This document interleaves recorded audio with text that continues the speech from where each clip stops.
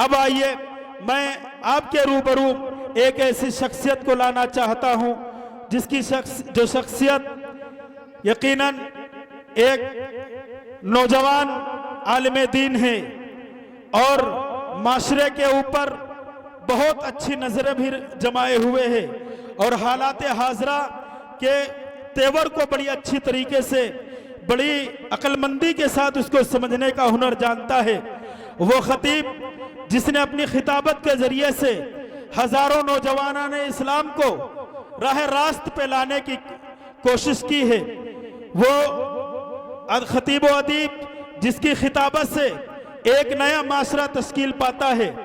वो ऐसा खतीब है जिसकी खिताबत को अगर दिल की बसीरत के साथ सुन लिया जाए या दिल की गहराइयों के साथ सुन लिया जाए और अमल करने की नीयत से सुन लिया जाए तो यकीनन दुनिया के अंदर भी कामयाब हो जाएंगे और आखिरत के अंदर भी कामयाब हो जाएंगे और दुनिया के अंदर हमें जीने का सही तरीका और सलीका भी मिल जाएगा अगर हम इन बयानात को गौर से सुनेंगे और उस पर अमल करने की नीयत से सुनेंगे तो यकीनन ये हमारा जलसा भी कामयाब होने वाला है।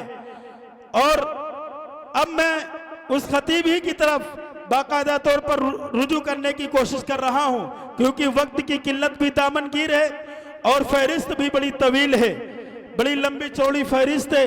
मैं चाहता हूं कि इस वक्त खुसूसी तौर पर हजरत मौलाना तैयब साहब दामद बरकातुहुल आलिया से मैं इल्तिमास कर दूं इस शेर के साथ कि हुवैदा आज अपने जख्म पिन्हा करके छोड़ूंगा, हुवैदा आज अपने जख्म पिन्हा करके छोड़ूंगा, लहू रो रो के महफिल को गुलिस्ता करके छोड़ूंगा, जलाना है मुझे हर शमा दिल सोज पिन्हा से, तेरी तारीख रातों को चरागा करके छोड़ूंगा।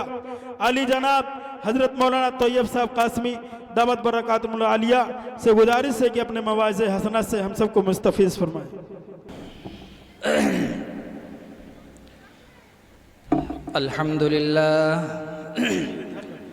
अल्हम्दुलिल्लाह नहमदुहु व नस्तईनुहु व नस्तगफिरुहु व नुअमिनु बिही व नतवक्कलु अलैहि व नऊज़ु बिल्लाहि मिन शुरूरि अनफुसिना व मिन सय्यिआति अअमालिना मन यहदिहिल्लाहु फला मुज़िल्ल लहु व मन युज़लिल फला हादिय लहु व अशहदु अल्ला इलाहा इल्लल्लाहु वहदहु ला शरीका लहु व अशहदु अन्न सय्यिदना व मौलाना मुहम्मदन अब्दुहु व रसूलुहु सल्लल्लाहु तआला अलैहि व अला आलिहि व अस्हाबिहि व सल्लम तस्लीमन कसीरन कसीरा।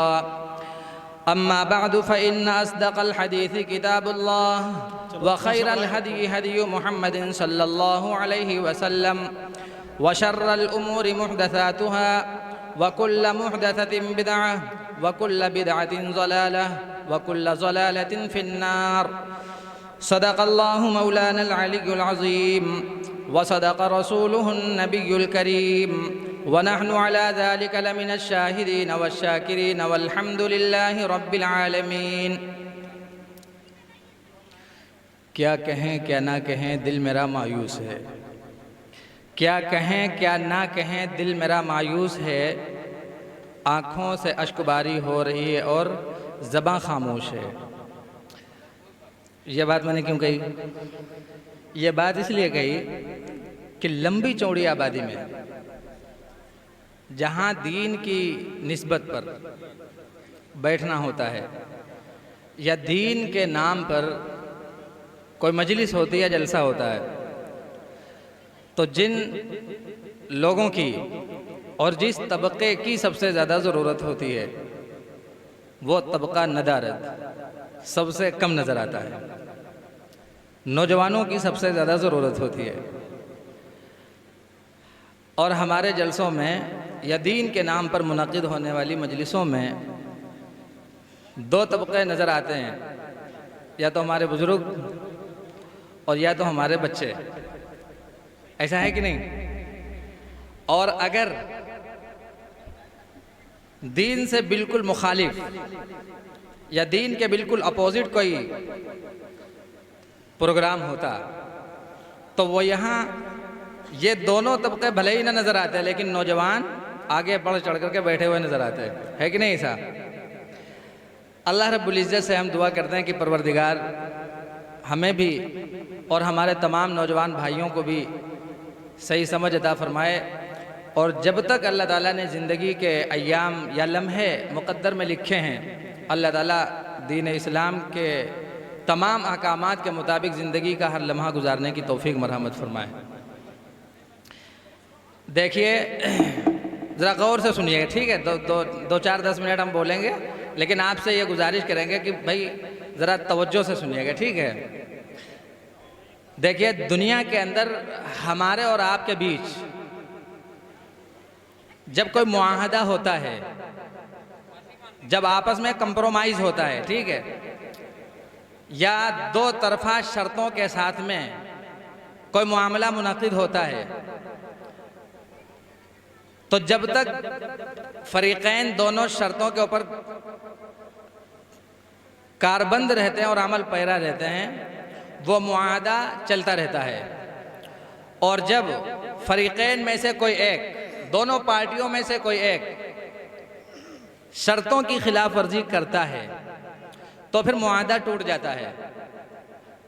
अगली पार्टी भी मुआहदे के मुताबिक आपको वो चीज़ नहीं देती है जो मुआहदे में आपसे तय हुई थी, है कि नहीं। हम और आप ने अल्लाह रब्बुल इज़्ज़त के प्यारे हबीब जनाब मुहम्मदुर रसूलुल्लाह सल्लल्लाहु अलैहि वसल्लम के दिए हुए इस कलिमे को पढ़ते हैं, ला इलाहा इल्लल्लाह मुहम्मदुर रसूलुल्लाह, पढ़ते हैं कि नहीं पढ़ते हैं। यह कलिमा पढ़ते हैं, लेकिन इस कलिमे के ज़रिए से जो हमने मुआहदा किया है, अल्लाह से जो वादा किया है, प्यारे आका जनाब मुहम्मदुर रसूलुल्लाह सल्लल्लाहु अलैहि वसल्लम से जो हमने अहद किया है, हम एक तो उस अहद को पहले नंबर पर समझते ही नहीं है, समझने की कोशिश भी नहीं करते, ना तो समझने की मेहनत करते हैं। और अगर इसके माने और मतलब को हमने बचपन में समझ लिए भी था, तो इस मुआहदे के अंदर जो शर्तें हमने मानी थी, आज हम उन शर्तों को पूरा नहीं कर रहे हैं। उन शर्तों की खिलाफ वर्जी की बुनियाद पर अल्लाह रब्बुल इज़्ज़त ने इस मुआहदे के टाइम पर जो हमको इनामात देने का वादा किया था, हमको वो इनाम भी दुनिया में नहीं मिल रहा। यह कलिमा जो ला इलाहा इल्लल्लाह मुहम्मदुर रसूलुल्लाह हम पढ़ते हैं, ये एक ज़बान से कहने वाले सिर्फ अल्फाज नहीं है। यह कलिमा सिर्फ एक कलिमा नहीं है जिसको ज़बान से अदा कर दिया जाए बस, और हम इसके तकाज़ों को भूल जाएं। यह कलिमा दरअसल एक अल्लाह रब्बुल इज़्ज़त से और उसके हबीब जनाब मुहम्मदुर रसूलुल्लाह सल्लल्लाहु अलैहि वसल्लम से एक अहद है। हम ये कहते हैं कि अल्लाह हम कुछ मान रहे हैं, तो अल्लाह रब्बुल इज़्ज़त भी ये वादा करता है कि हम भी तुम्हें कुछ देने के लिए तैयार हैं। हमने कौन सा अहद किया है, हमें नंबर 1 पे उसे जहन में बिठाना चाहिए, और फिर उस अहद के मुताबिक अपनी ज़िंदगी गुजारने की कोशिश करनी चाहिए। फिर अल्लाह रब्बुल इज़्ज़त इस मुआहदे के मुताबिक जो हमसे वादा कर चुका है, जो चीज़ें देने का, अल्लाह वो चीज़ें इस दुनिया के अंदर भी देगा। हमने जब यह कलिमा पढ़ा ला इलाहा इल्लल्लाह, तो हमने अल्लाह रब्बुल इज़्ज़त से ये वादा किया कि अल्लाह हम अपने दिलो दिमाग के अंदर ये चीज़ बिठाए हुए हैं कि तेरे अलावा मेरा कोई माबूद नहीं है। क्या मतलब माबूद नहीं? अल्लाह मेरी पेशानी, मेरा सर तेरे दर के अलावा कहीं नहीं झुकेगा, मेरा कोई भी कदम तेरी मर्जी के खिलाफ कभी नहीं उठेगा, मेरा कोई भी काम तेरी खुशनुदी के अलावा नहीं होगा। हम दुनिया के अंदर जो सांस भी लेंगे तेरी रज़ा को देख करके लेंगे, हम दुनिया के अंदर जो भी काम करेंगे तेरी रज़ा को देख करके करेंगे। हमारा जो भी कदम उठेगा उस कदम के उठने से पहले हम ये तय करेंगे कि अल्लाह हमारा रब इस कदम के उठने से नाराज़ होगा या राज़ी होगा। अगर आप नाराज़ हैं तो हम ये कदम कभी नहीं उठाएंगे, और अगर आप खुश हैं तो हमारा ये कदम उठेगा। हम ये वादा करते हैं अल्लाह रब्बुल इज़्ज़त से, और फिर इस कदम के उठने में अगर आपकी मर्जी है तो फिर हम ये वादा करते हैं कि इस मर्जी के मुताबिक उठने वाले कदम से अगर हमारी चाहत नाराज़ हो रही है, हम उसकी नाराज़गी की कोई परवाह नहीं करेंगे। अगर हमारे बाल बच्चे नाराज हो रहे हैं, हम बाल बच्चों की नाराजगी की कोई परवाह नहीं करेंगे। अगर हमारे रिश्तेदार नाराज हो रहे हैं, हमारे पड़ोसी नाराज हो रहे हैं और हमारे दोस्त अहबाब नाराज हो रहे हैं, हम किसी की परवाह नहीं करेंगे।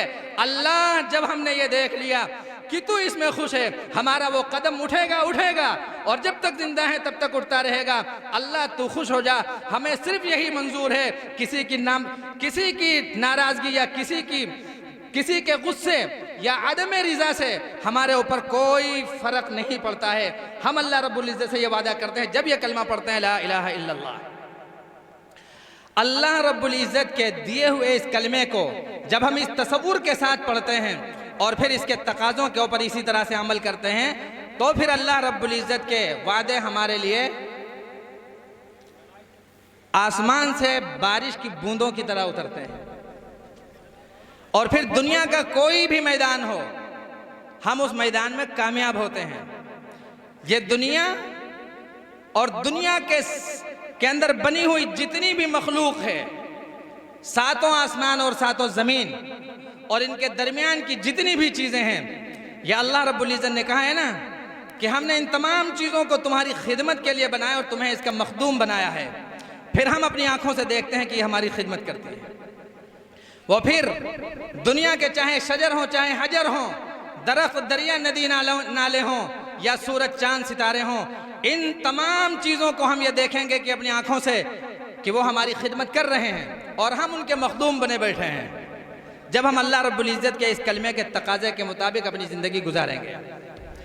ये कलिमा वो कलिमा है कि जब तक इंसान इसे नहीं पढ़ता है, यानी इसके तकाज़ों के ऊपर अमल नहीं करता, इसके मानी और मफहूम को समझ करके, अल्लाह रब्बुल इज़्ज़त का वो मबगूज़ रहता है, यानी दुश्मन बना रहता है।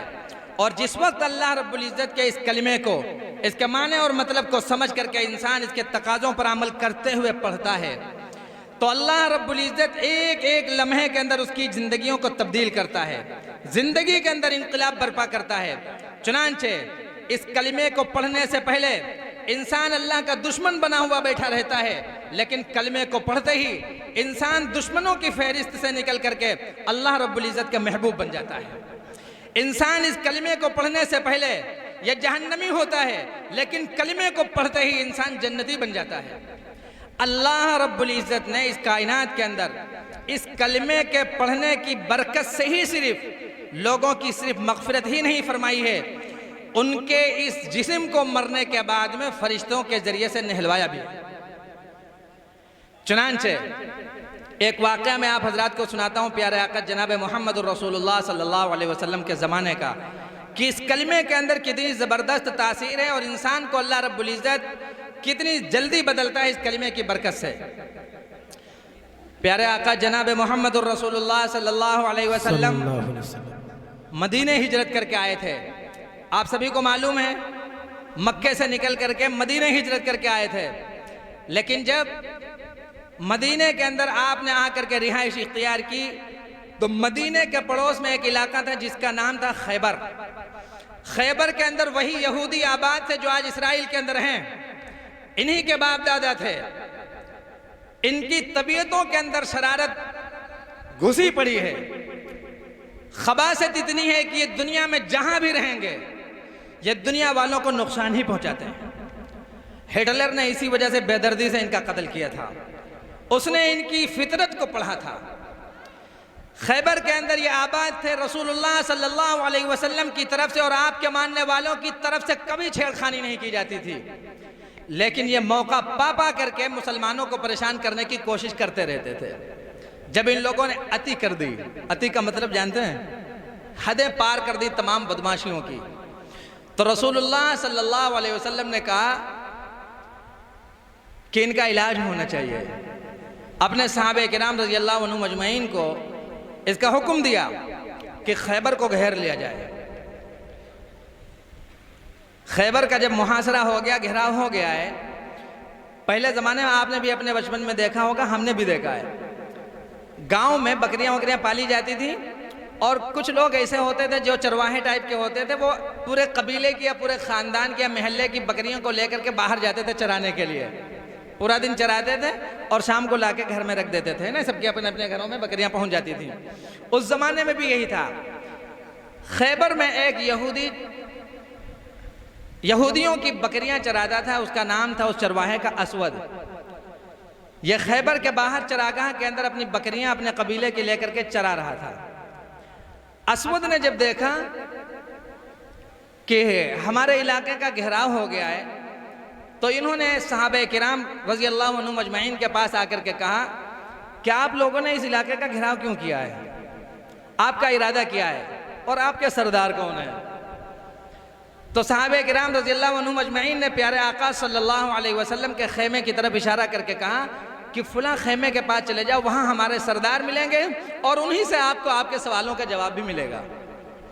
चुनांचे वो चरवाहे तब भी एक निचले दर्जे का तसव्वुर रखते थे अपने बारे में, और आज भी जो बकरियों के चरवाते हैं गरीब तबके के लोग होते हैं, अपने बारे में ज़रा निचले होने का ख्याल रखते हैं। तो उसने ये कहा, ये सोचा कि जिसने इतनी बड़ी आबादी को फतेह करने की नीयत से घेराव किया हो, उस लश्कर का सिपह सालार कोई छोटा मोटा तो नहीं होगा, वो एक अजीम हस्ती होगी, और मैं एक चरवाहा, एक गरीब और एक नीच इंसान, इतने बड़े लश्कर के सिपह सालार से हमारी डायरेक्ट मुलाकात कैसे हो सकती है, मुमकिन ही नहीं है। साहबे किराम से उसने सवाल दागा कि आपके सरदार से हम ऐसे कैसे डायरेक्ट मुलाकात कर सकते हैं। साहबे किराम रज़ी अल्लाह अन्हुम अजमईन ने कहा कि आप जाओ फलां खेमे के पास, वहाँ हमारे सरदार हैं, वो आपसे मुलाकात करेंगे। हमारे बादशाह दुनिया के बादशाहों की तरह नहीं है कि अपने बनावटी हाव भाव की वजह से गरीबों के ऊपर अपनी शान और शौकत जमाएं और अपने झूठे रौब को उनके ऊपर बिठाएं। ऐसे हमारे आका नहीं है। आप जाओगे, आपकी मुलाकात होगी और आप मुतासिर होगे, आपके सवालों का जवाब भी मिलेगा। चुनांचे साहबे किराम की बातों से इत्मीनान लेकर के अपने दिल में वो गए। जब आप सल्लल्लाहु अलैहि वसल्लम के खेमे के पास पहुंचते हैं तो वहां ना कोई बॉडीगार्ड है, ना कोई चौकीदार है, सरकार दो जहां हैं और ये चरवाहा है। जब अंदर जाते हैं तो रसूलुल्लाह सल्लल्लाहु अलैहि वसल्लम के चेहरे को देखते हैं। आप अलैहिस्सलातु वस्सलाम का चेहरा यूं ही नहीं था, इतना खूबसूरत था कि जब से दुनिया बनी है तब से अब तक और आज से लेकर के क़यामत तक आप सल्लल्लाहु अलैहि वसल्लम के जैसा हुस्न लेकर के कोई ना तो आया है ना तो क़यामत तक के आएगा।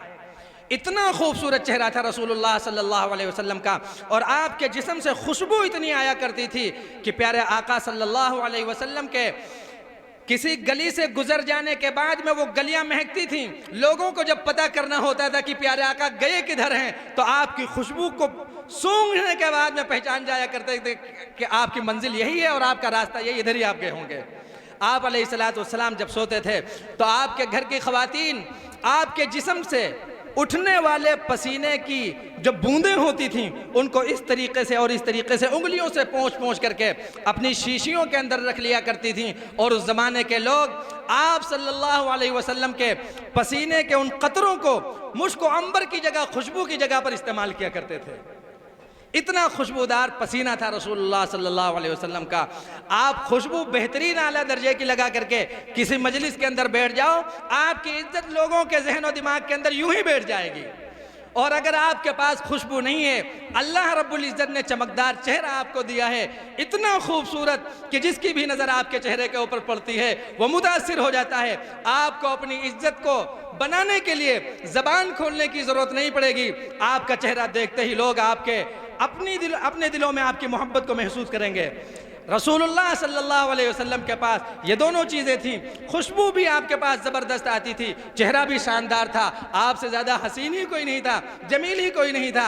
इन्होंने रसूलुल्लाह सल्लल्लाहु अलैहि वसल्लम के चेहरे मुबारक को जब देखा तो कहा कि आप तो इनके सरदार हैं, हम आपके पास दो सवाल लेकर के आए हैं। पहला सवाल यह है कि आपके यहाँ आने का मकसद क्या है।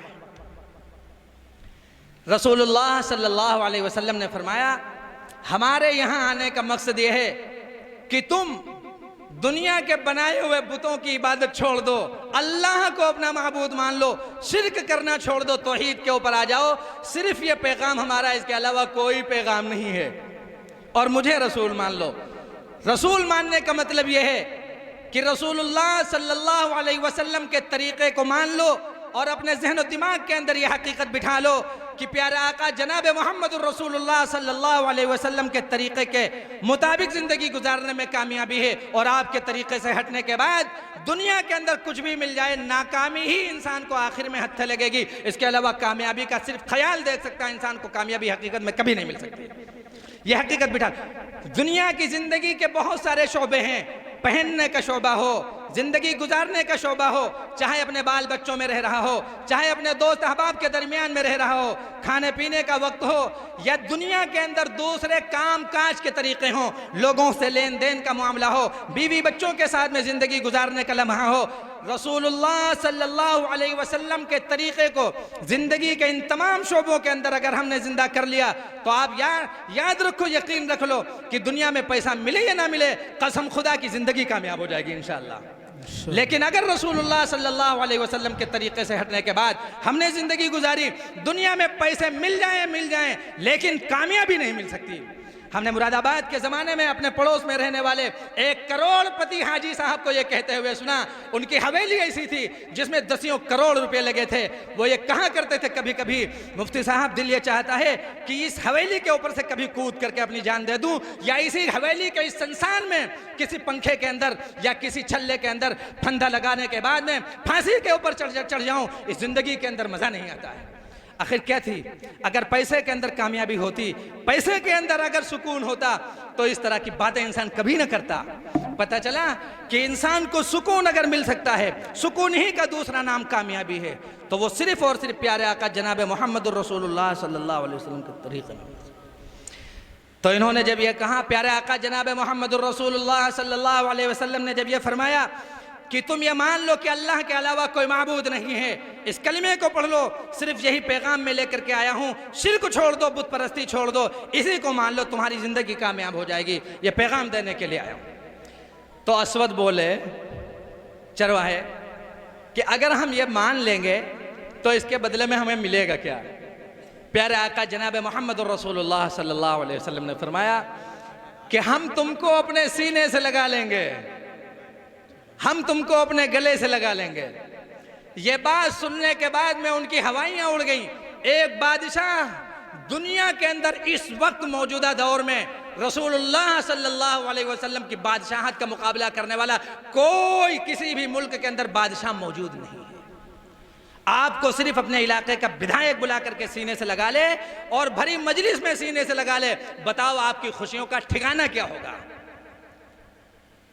उन तस्वीरों को कैद करने के बाद में अपने पोतों के लिए घर के अंदर छोड़ करके चले जाओगे कि पोते हमारे देख देख करके कि हमारे दादा विधायक से मिला करते थे, खुश होते रहेंगे। करोगे कि नहीं करोगे? रसूलुल्लाह से बढ़ करके कोई बादशाह नहीं था। आपने ये कहा कि मैं सीने से लगाऊंगा, महकता हुआ जिस्म, चमकता हुआ चेहरा। और किसको सीने से लगाने की बात हो रही है? जिसके पसीने के अंदर जबरदस्त बदबू आ रही थी, जो दुनिया का बड़ा अमीर तरीन या आला दर्जे के खानदान से ताल्लुक रखने वाला इंसान नहीं था, बिल्कुल सियाफाम काला चरवाहा था, जिसको रसूलुल्लाह कह रहे हैं कि हम अपने सीने से लगा लेंगे। ये थी रसूलुल्लाह सल्लल्लाहु अलैहि वसल्लम की शान। उसकी हवाइयां उड़ गईं कि आप मुझे सीने से लगा लोगे सिर्फ ये इकरार करने की वजह से कि मैंने बुत परस्ती छोड़ दी, अल्लाह को अपना माबूद मान लिया और आपको अपना रसूल मानने के लिए तैयार हो। रसूलुल्लाह ने कहा हाँ, हम आपको अपने सीने से लगाएंगे। उन्होंने कलिमा पढ़ा, कलिमा पढ़ने के बाद में रसूलुल्लाह की गुलामी का इकरार करते हुए ये कहते हैं, प्यारे आका जनाब मोहम्मद रसूलुल्लाह सल्लल्लाहु अलैहि वसल्लम, हमने आपकी गुलामी कबूल कर ली है, आपको रसूल मान लिया है, अब आप हमें हुक्म दीजिए, करना हमें क्या है आपकी गुलामी में आने के बाद में? आप अलैहिस्सलातु वस्सलाम ने कहा कि पहले तो ये बकरियां उन लोगों के हवाले कर दो जो इन बकरियों के मालिक हैं, क्योंकि तुम तो एक फ़कत चरवाहे हो, ये बकरियां तुम्हारी मिल्कियत में नहीं हैं कि तुम जहां चाहो वहां छोड़ दो, जाओ इनको पहले उनके हवाले करके आओ। बकरियां जो उन मालिकों के हवाले हो गई, आते हैं और ये कहते हैं रसूलुल्लाह आप हुक्म दीजिए, हमें आपके कौन से हुक्म के ऊपर कुर्बान होना है? रसूलुल्लाह कहते हैं कि इस वक्त तुम ईमान लाए हो, नमाज का भी वक्त नहीं है कि मैं तुमसे नमाज पढ़वाऊँ, इस वक्त रमज़ान का महीना भी नहीं है कि मैं तुमसे रोज़े रखवाऊँ, तुम इतने मालदार भी नहीं हो कि तुमसे मैं ज़कात अदा करवाऊं। हाँ, इस वक्त एक काम हो रहा है, इस्लाम के लिए और दीन के लिए, दीन की सरबुलंदी के लिए जंग हो रही है, मारिका सजा हुआ है, जाओ अपने जौहर दिखाओ और दीन इस्लाम के लिए कुर्बानी दो। कहते हैं रसूलुल्लाह, जंग में लड़ने वाले को दो चीज़ें मिलती हैं, या तो गाजी बन करके वापस आता है यानी जिंदा बच जाता है, या तो वो मर जाता है। रसूलुल्लाह, मैंने कोई इबादत नहीं की है, फ़कत कलिमा पढ़ा है, फ़कत हमने अल्लाह को माना है, फ़कत हमने आपकी गुलामी कबूल की है, आपको रसूल माना है। अगर मैं मर गया तो मेरा क्या होगा? रसूलुल्लाह कहते हैं, जा अस्वद, तू जा अपने जौहर दिखा। अगर तू वापस जिंदा बच करके आया गाजी बनेगा, और अगर तू मर गया शहादत का दर्जा तुझे मिलेगा। तेरे जिस्म, तू अपने इस काले कलोटे जिस्म के ऊपर शर्माता है कि मेरा जिस्म काला है, तू अपने पसीने से उठने वाली बदबू के ऊपर आर महसूस करता है कि बदबू आती है। तुम ये समझते हो कि हम खूबसूरत नहीं है, और तुम ये समझते हो कि अगर हम मर गए तो हमें मिलेगा क्या? जाओ, हमारा वादा है, अगर तुम मर गए, अगर तुम शहादत पा गए तो अल्लाह रब्बुल इज्जत तुम्हारे इस पसीने की खुशबू को मुश्क अंबर से बदलेगा। तुम्हारे इस रंग को जिसके ऊपर तुम आर महसूस करते हो, अल्लाह इस काले रंग को सफेदी में बदल देगा। इस दुनिया से कई गुना बड़ी जन्नत तुमको मिलेगी इंशाअल्लाह। साहबा रसूलुल्लाह सल्लल्लाहु अलैहि वसल्लम का मामूल ये था कि जब जंग खत्म होती थी तो आप जंग के अंदर जख्मी होने वाले और शहीद हो जाने वाले सहाबे किराम का जायजा लिया करते थे और जाते थे देखने के लिए कि कौन लोग जख्मी हुए हैं और कौन लोग शहीद हुए हैं।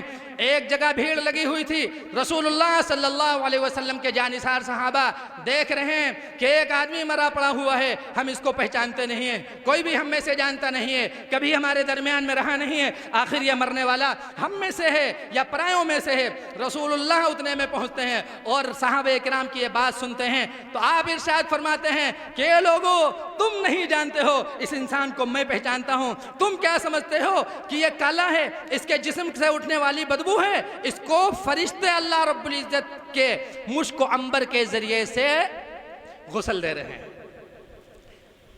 अल्लाह रब्बुल इज्जत के ये जो रसूलुल्लाह सल्लल्लाहु अलैहि वसल्लम के जो सहाबी थे जिनका नाम असवद था, इन्होंने कुछ नहीं किया, एक भी सजदा नहीं किया, एक भी हज नहीं किया, एक रोजा नहीं रखा, एक चवन्नी अल्लाह रब्बुल इज्जत की राह में खर्च नहीं की, लेकिन फकत इस कलिमे के सही माने के साथ इस कलिमे को पढ़ा था, इसको समझ करके जिंदगी गुजारने की नियत की थी। रसूलुल्लाह सल्लल्लाहु अलैहि वसल्लम की तरफ से इनामात की ये बशारत। आज हमने इस कलिमे को या तो समझा ही नहीं है, और अगर समझ भी लिया है तो हम उसके तकाजों पर अमल नहीं कर रहे हैं, और हम ये इस चाहत को अपने दिलों में लिए बैठे हुए हैं हम कि अल्लाह रब्बुल इज्जत के वो तमाम वादे हमारे साथ भी पूरे हों जो सहाबे किराम के साथ में थे। ऐसा नहीं चलेगा काम। इस कलिमे का मतलब यह है कि अल्लाह, हमने आपको माबूद माना है। माबूद मानने का मतलब अब हम इंसानों की चाहत के मुताबिक कोई काम नहीं करेंगे, हम अपने दिल की मर्जी के मुताबिक कोई काम नहीं करेंगे, हम अपने रिश्तेदारों को खुश करने के लिए कोई काम नहीं करेंगे। अल्लाह मखलूक को खुश करने के लिए आपको नाराज कभी नहीं करेंगे। हम तो ये देखेंगे तेरी मर्जी किस चीज़ में है, अगर वो मेरी मर्जी के खिलाफ है तब भी मैं करूँगा, मेरे घर वालों के खिलाफ है तब भी मैं करूँगा, अगर हमारे बादशाहों और बड़ों के खिलाफ है तब भी मैं करूँगा। दुनिया चाहे खुश हो या नाराज हो, हमें उससे कुछ नहीं लेना देना। अल्लाह तुम खुश हो जाओ, हमें दुनिया की कोई जरूरत नहीं है। जब यह सोच करके हम जिंदगी गुजारेंगे तब हमको कामयाबी मिलेगी। जानते हैं हम लोगों का हाल यह है कि हम चंद कौड़ियों की वजह से अल्लाह रब्बुल इज्जत के इस कलमे के तकाजे को ज़बह कर देते हैं। और उन सहाबे किराम का हाल यह था, बादशाहों के दरबार में बैठे होते थे, उनकी गर्दनों के ऊपर तलवारें लटकी होती थी और उनके सामने सोने चांदी के ढेर रखे हुए होते थे, लेकिन उनका हाल ये था कि अगर जान लेते थे कि रसूलुल्लाह की मर्जी इसमें है, अल्लाह की खुशनुदी इसमें है, तो तमाम सोने चांदी के ढेरों के ऊपर लात मारते थे, अपनी गर्दन के ऊपर लटकी हुई तलवार को कबूल कर लेते थे, लेकिन अल्लाह की मर्जी के खिलाफ चलना एक लम्हे के लिए वो मंजूर नहीं करते थे। तब जाकर के अल्लाह रब्बुल इज्जत उनको बड़े बड़े बादशाहों के दरबारों में फतेह अता फरमाते थे। और आज हमें के नीचे से नीची क्वालिटी के इंसान से भी हार है कि नहीं है। एक वाकया बताता हूं। आज का ट्रंप था उस वक्त, जिसको किसरा कहा जाता था। ईरान सुपर पावर था उस वक्त। साहबे किराम के ज़माने में हज़रत उमर फ़ारूक रज़ी अल्लाह ताला अन्हु का दौर था। रसूलुल्लाह सल्लल्लाहु अलैहि वसल्लम के दो जानिसार सहाबा ये इरादा करते हैं कि दुनिया की इस सबसे बड़ी ताकत को फतेह करेंगे और इरादा करके निकल लेते हैं।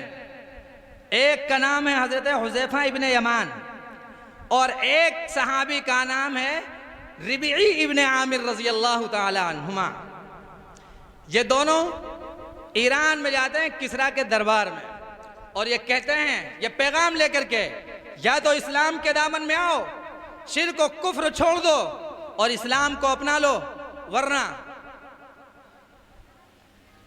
हम तुम्हारी इस बुत परस्ती को और इस शिर्क को ख़त्म करने के लिए तैयार हैं।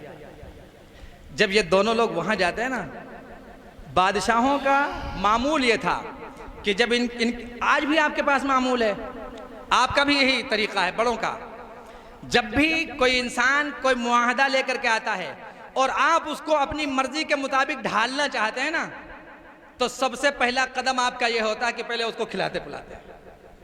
खिलाने पिलाने से क्या होता है मालूम है? इंसान का दिल मोम होता है और नरम हो जाता है। अगर नहीं भी मोम होता है तो मुखालफत ज़रा कम हो जाती है उसके दिल में और फिर इंसान अपने मुद्दे को ज़रा आसानी से हल कर लेता है। जब ये दोनों सहाबी पहुँचे हैं वहाँ, आप देखना हज़रत आमिर रिबिई इब्ने आमिर रज़ी अल्लाह ताला अन्हु और हज़रत हुज़ैफ़ा इब्ने यमान रज़ी अल्लाह ताला अन्हु पहुँचते हैं तो किसरा का तरीक़ा ये था कि पहले वो मेहमानों की मेहमान नवाजी करता था, इसलिए ताकि उनके दिल पहले से नरम हो जाएं और हमारी मर्जी के मुताबिक वो ढल सकें। दस्तरखान लगता है और दस्तरखान पे जब खाना शुरू होता है तो हज़रत हुज़ैफ़ा इब्ने यमान रज़ी अल्लाह ताला अन्हु के हाथ से एक लुक़मा गिरता है ज़मीन पर। वो लुक़मा रसूलुल्लाह सल्लल्लाहु अलैहि वसल्लम की ये सुन्नत और आपका ये फरमान उन्होंने सुन रखा था कि अगर लुक़मा ज़मीन पर गिर जाए तो उसे उठा करके खा लो और अगर मिट्टी लग जाए किसी दाने में तो उसे साफ करके खा लो। जब उन्होंने हाथ बढ़ाया लुक़मे को उठाने के लिए तो बगल में बैठे हुए इंसान ने यूं कोहनी मारी और ये कहा, क्या करने जा रहे हो? इस किसरा के दरबार में ज़मीन से उठा करके लुक़मा खाना या गिरे हुए लुक़मे को उठा करके खाना, ये इस दरबार की तौहीन है। दुनिया के सबसे बड़े दरबार में बैठे हो, ज़मीन से गिरे हुए लुक़मे को उठा करके खाना इस बादशाह की शान के खिलाफ है। बादशाह की तौहीन ये जुर्म समझा जाता है, इसे उठा करके मत खाओ। उनके जहन में रसूलुल्लाह का वो फरमान था, रसूलुल्लाह के फरमान के आगे किसी बादशाह की या बादशाहों के दरबार की कोई इज्जत साहबे किराम की नज़रों में नहीं थी। उन्होंने ये कहा, तुम क्या कह रहे हो? आतरुकु सुन्नत रसूलिल्लाह सल्लल्लाहु अलैहि वसल्लम लिहाउलाइल हुमका, क्या मैं अपने हबीब प्यारे आका जनाब मुहम्मदुर रसूलुल्लाह सल्लल्लाहु अलैहि वसल्लम की सुन्नत को इन बेवकूफ़ों की वजह से तरक कर दूं? हटा! अगर इसके दरबार की तौहीन होती है बर्दाश्त है, मुझे ये मालूम है दरबारों की तौहीन की सज़ा गर्दन के ज़रिए से दिया जाए। तौहीन की सज़ा गर्दन को कटवाना ही हुआ करती है, अपनी गर्दन को कटवा करके तौहीन का जवाब दिया जाता है। हम अपनी गर्दन को कटवाना भी मंजूर कर लेंगे, लेकिन रसूलुल्लाह सल्लल्लाहु अलैहि वसल्लम की सुन्नत को इन बेवकूफ़ों की वजह से छोड़ दूं, ऐसा हमसे नहीं हो सकता है। हम और आप अगर उस जगह पर होते, सिर्फ विधायक जी ये कह देते या दुनिया का कोई अमीर आदमी ये कह देता कि आपको एक लिफाफा 1000 का मिलेगा सिर्फ इस बुनियाद पर कि तुम अपनी दाढ़ी कटा करके आ जाओ, नऊज़ बिल्लाह, सिर्फ इस बुनियाद पर आपको एक मजदूरी मिल जाएगी रोजाना 300 रुपये की कि टोपी उतार करके काम करना पड़ेगा, सिर्फ इस बुनियाद पर आपको मजदूरी मिल जाएगी यहाँ कि 5 टाइम जो आप नमाज पढ़ने के लिए जाते हो, नमाज पढ़ने का टाइम नहीं मिलेगा आपको। हम ये कहते थे, हाँ भैया मजदूरी दे दो, नमाज हमको पढ़ने दो चाहे ना पढ़ने दो, कर देते हैं कि नहीं कर देते? हम इतने बड़े बड़े फराइज रसूलुल्लाह सल्लल्लाहु अलैहि वसल्लम की तरफ से आयत करदा अपने ऊपर जो हैं, उनको चंद कौड़ियों की वजह से या चंद झूठी इज्जतों की बुनियाद पर तर्क कर देते हैं। रसूलुल्लाह सल्लल्लाहु अलैहि वसल्लम के असहाब की तरह हमारे ऊपर अल्लाह रब्बुल इज्जत की मदद कैसे उतरेगी? उतरेगी नहीं उतर सकती। आगे बढ़ते हैं उसी दरबार में ये दोनों सहाबी, और जब मुज़ाकरे के लिए वो बादशाह किसरा आता है तो किसरा का एक तरीका ये था कि वो खुद कुर्सी के ऊपर बैठा करता था और सामने जो बात करने के लिए आते थे उनको खड़ा रखता था। साहबे किराम रज़ी अल्लाह अन्हुम अजमाइन ने रसूलुल्लाह सल्लल्लाहु अलैहि वसल्लम का ये फरमान सुन रखा था कि या तो सामने वाले के साथ में खड़े होकर के बात करो या उसको भी अपने पास में बिठाओ। ये तरीका ठीक नहीं है एक रसूलुल्लाह के मानने वाले इंसान का कि वो खुद बैठे और अपने साथ में बात करने वालों को खड़ा रखे। तरीका ठीक नहीं। रसूलुल्लाह की सुन्नत है कि तुम भी साथ में खड़ो और साथ में बैठो। इन्होंने कहा, किसरा बैठा और इन्होंने इनको खड़ा रख करके बात करने की शुरुआत जब की तो इसने इन साहबा ने आप सल्लल्लाहु अलैहि वसल्लम का ये फरमान सुना दिया कि या तो हमारे लिए भी कुर्सी लेकर के आओ या तू भी खड़ा होकर के हमसे बात कर। तो किसरा ने जब ये देखा कि इज्जत तो मलियामेट कर देंगे दोनों, गुस्से में आकर के कहा।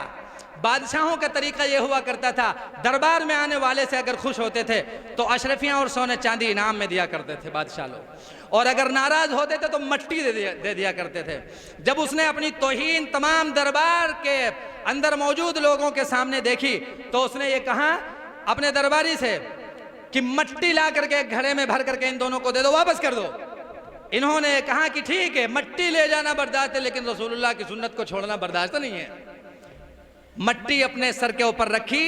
हजरत रबीई इब्न आमिर रजी अल्लाह ताला अन्हु ने गेट पे जब पहुंचे तो कहने लगे, किसरा याद रखना तूने ईरान की मिट्टी हमारे हवाले कर दी है। समझे?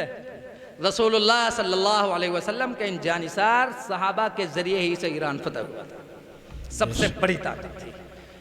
किसी से नहीं डरे अपनी सुन्नत, रसूलुल्लाह सल्लल्लाहु अलैहि वसल्लम की सुन्नतों को जिंदा करने के लिए किसी भी लालच में नहीं आए अल्लाह रब्बुल इज्जत की इबादत के मुकाबले में। तब जाकर के अल्लाह रब्बुल इज्जत ने इनको सब कुछ दिया था। आज हमें चंद कौड़ियों के लालच में या चंद डर की वजह से, छोटे छोटे डर की वजह से अल्लाह के अहकामात को पैरों के नीचे रौंद देते हैं, या अपनी चाहतों की बुनियाद पर फ़कत दिल ये कह रहा है इसलिए हम रसूलुल्लाह सल्लल्लाहु अलैहि वसल्लम की सुन्नतों को ज़बा करवाते हैं और फिर उम्मीद ये लगाए बैठ रहे हैं कि अल्लाह हमारी मदद करेगा, हमको मुसलमान में। याद रखना, एक बात कह करके जा रहा हूँ, अल्लाह ने कहीं भी ना तो कुरान के अंदर ना तो रसूलुल्लाह सल्लल्लाहु अलैहि वसल्लम ने अपनी अहादीस के ज़ख़ीरे के अंदर ये वादा किया है कि मुसलमानों की हिफाजत होगी। कहीं नहीं किया है। मुसलमानों की नुसरत, मुसलमानों की हिफाजत के वादे कहीं नहीं है। मोमिनीन की हिफाजत के वादे हैं। याद रखना, इस्लाम की हिफाजत के वादे हैं। जिन्होंने इस्लाम की हिफाजत की अल्लाह उनकी हिफाजत करेगा, और जो दीन इस्लाम के बागी बनाएंगे अल्लाह उनकी हिफाजत नहीं करेगा। अब हम मुसलमान अगर हैं, दीन की हिफाजत करने वाले हैं तो मुसलमान हैं, अल्लाह की हिफाजत होगी वरना नहीं होगी। इसलिए हम कोशिश ये करें कि साहबे किराम रज़ी अल्लाह अन्हुम अजमईन की तरह बग़ैर किसी लालच के और बग़ैर किसी खौफ के अल्लाह की इबादत करने वाले बने, रसूलुल्लाह सल्लल्लाहु अलैहि वसल्लम की सुन्नतों को ज़िंदा करने वाले बने। अल्लाह ताला हम सबको कहने सुनने से ज़्यादा अमल की तौफीक मत फरमाए। माशाअल्लाह।